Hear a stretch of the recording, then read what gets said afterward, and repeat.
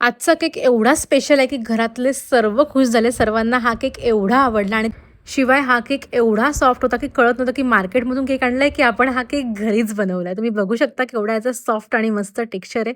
तर चला पटकन रेसिपीला सुरुवात करा आणि चॅनलला लाईक, शेअर, सबस्क्राईब करायला अजिबात विसरू नका. तर सर्वात पहिले आता इथे मी घेतलेली आहे 2 अंडी. ह्यामध्ये आपण घालूया थोडासा व्हॅनिला एसेन्स. तुम्ही ह्या जागी दुसरा एसेन्ससुद्धा वापरू शकता. त्याचबरोबर यामध्ये मी घालते साखर. आता हे सर्व मिश्रण सर्वात पहिले आपल्याला हँड विस्कने छान असं मस्त मिक्स करून घ्यायचे, जोपर्यंत अंड साखरेबरोबर छान मिक्स होत नाही तोपर्यंत. इथे आपली साखर पूर्णपणे विरघळणार नाहीये, पण तरी पण हे असं कंटिन्यू आपल्याला मिक्स करून घ्यायचे. तर चला आता हे बॅटर आपलं छान प्रकारे मिक्स झालेलं आहे. आता ह्यामध्ये आपण घालूया तेल.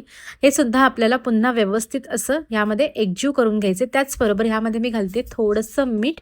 आता मी तुम्हाला इथे एक टिप देते. हे सर्व जिन्नस जे आहेत ना, ते सर्व असे एकसाथ नाही घालायचे. हे स्टेप बाय स्टेप जसे मी घातले तसेच इथे आपल्याला वापरायचे. जर तुम्ही सर्व जिन्नस एकत्र घातले तर आपला केक व्यवस्थित फुलणार नाही आणि त्याला जाळीसुद्धा सुंदर नाही होणार. तर आता ह्यामध्ये मी घालते थोडंसं. हे दूध मी तापवून थंड करून घेतलेलं आहे, म्हणजे नॉर्मल बाहेरच ठेवलं होतं. आता हे दूधसुद्धा आपल्याला मिश्रणाबरोबर व्यवस्थित असं मिक्स करून घ्यायचं. आता इथे आपली साखर आहे ना, दुधाबरोबर छान अशी मस्त पूर्णपणे मेल्ट होणार आहे. तर आता हे बघा इथे आपलं मिश्रण तयार झालेलं आहे. तर आता ह्यामध्ये आपण घालूया ड्राय जिन्नस. तर सर्वात पहिले इथे मी घालते कॉर्नफ्लोअर. कॉर्नफ्लोअर पहिले आपल्याला मिक्स करून घ्यायचं, त्यानंतर बाकीचे जिन्नस घालायचे. तुम्ही बघू शकता इथे मी सर्व जिन्नस एकत्र अजिबात घालत नाहीये. एक-एक जिन्नस मी इथे स्टेप बाय स्टेप घालते. तर या अशा बारीक-बारीक गोष्टी असतात बेकिंगमध्ये केक बनवताना, त्या सर्व आपल्या लक्षात ठेवाव्या लागतात. त्यामुळेच आपला केक खूप सुंदर आणि मस्त असा जाळीदार तयार होतो. तर हे बघा आता इथे आपलं कॉर्नफ्लोअर छान असं मस्त मिक्स झालेलं आहे. यामध्ये अजिबात गाठी नाहीये. तर आता हे आपण बॅटर साईडला ठेवून देऊयात आणि आता इथे मी घेतलेला आहे मैदा. ह्यामध्ये घालूया बेकिंग पावडर. आता हे सर्व जिन्नस पहिले आपल्याला सर्वात पहिले एकत्र असे मिक्स करून घ्यायचे. त्यानंतर आपल्याला हे चाळून घ्यायचे आणि चाळूनच आपल्याला हे बॅटरमध्ये घालायचे.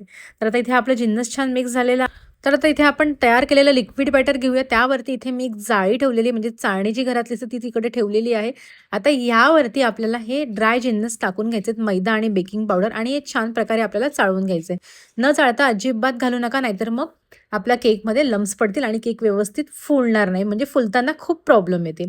तर आता हा मैदा आपल्याला अजिबात गाठी न ठेवता व्यवस्थित असा स्मूथ असं याचं बॅटर करून घ्यायचं. छान असा मस्त यामध्ये एकजीव करून घ्यायचं. तर हे बघा इथे आपलं बॅटर तयार झालेलं आहे. केवढं स्मूथ दिसतंय. ह्यामध्ये जर तुम्हाला थोडंसं घट्ट वाटलं हे बॅटर, तर तुम्ही थोडंसं 1 ते 2 चमचा एवढं ह्यामध्ये दूध घालू शकता. पण घालायची अजिबात गरज नाहीये. तुम्हाला मी एकदम परफेक्ट मेजरमेंट सांगितलेलं आहे. आणि जर तुम्हाला एगलेस रेसिपी पाहिजे असेल यामध्ये, तर तुम्ही मला कमेंट करून सांगू शकता. मी तुम्हाला एगलेस रेसिपी पिन कमेंटमध्ये टाकून देईल. तर हे बघा इथे आपलं बॅटर जे आहे ते आपण राउंड केक टिनमध्ये घालून घेतोय. तर इथे मी केक टिन पहिले ग्रीस करून घेतलं, त्यावरती बटर पेपर लावून घेतला आणि आता मी इथे अर्धं बॅटर घातलेलं आहे. तर आता इथे आपल्याला अर्धं बॅटर मी साईडला ठेवलंय. तर त्यावरती आता इथे आपल्याला 2 चमचे एवढी कोको पावडर घालून घ्यायची आपल्याला. हे मी उरलेल्या बॅटरमध्ये कोको पावडर घातलेली आहे. आता कोको पावडरमुळे बॅटर थोडंसं थिक होतं, त्यामुळे इथे मी 2 चमचे एवढं दूध घातलेलं आहे आणि हे बॅटर आपल्याला पुन्हा एकदा व्यवस्थित असं कोको पावडर बरोबर एकजीव करून घ्यायचे, म्हणजे हे आपलं चॉकलेट बॅटर तयार होईल.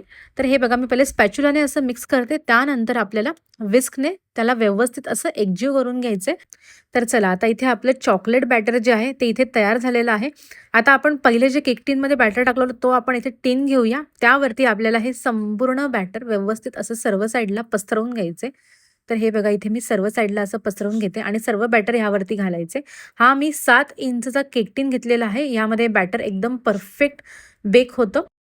तर आता इथे मी घेतलेली एक टूथपिक बॅटरमध्ये घालून आपल्याला हे बघा अशा प्रकारे फिरवून घ्यायची, जेणेकरून आहे ना आतमध्ये आपल्या केकला खूप छान प्रकारे केक बेक झाल्यावरती डिझाईन तयार होते. तुम्हाला आता ती वरती दिसणार नाही, पण तुम्हाला केक बेक झाल्याच्या नंतर नक्कीच दिसेल. तर हे बघा अशा प्रकारे मी इथे टूथपिक फिरवते. तर आता इथे आपलं केक बॅटर तयार झालेला आहे. आपण हा केक आता बेक करूया 180 डिग्रीवरती 30 ते 40 मिनिटाकरता. केक बेक झालाय की नाही हे तुम्ही टूथपिक टाकून चेक करू शकता. त्याकरता एक्स्ट्रा 5 मिनिट लागले तरी सुद्धा चालतील.